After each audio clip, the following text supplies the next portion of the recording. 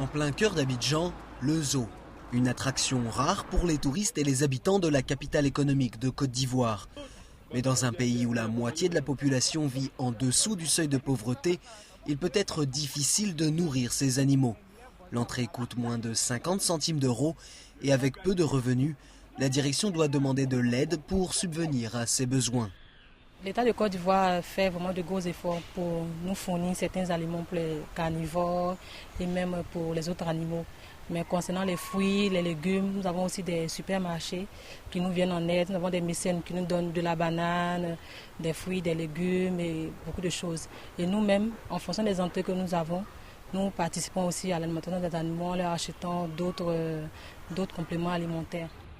L'une des attractions phares est Cannes. Cet éléphant, aussi symbole de la Côte d'Ivoire et de l'équipe de football, naît le jour de la victoire de l'équipe nationale en Coupe d'Afrique des Nations.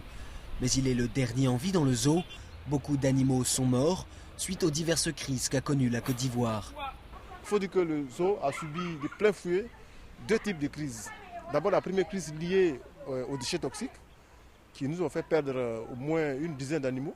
Ensuite, la crise sociopolitique et militaire qui a conduit nécessairement à la fermeture de l'abattoir et qui nous a appauvris du point de vue alimentation. Le personnel du zoo avait alors nourri lui-même les animaux. Ils ont ainsi pu conserver quelques animaux rares comme une panthère ou une tortue centenaire, ce qui fait la joie des visiteurs. Oui, ils sont contents, voilà. On peut leur demander à eux-mêmes. Hein. C'est qu'ici, ça leur a bien plu, on a tourné, c'est bien amusé quoi. C'est aujourd'hui grâce à l'aide de tous que ce zoo survit, y compris pour son peuplement. Kita est le dernier arrivé, ce petit chimpanzé donné par un particulier à tout juste 1 an.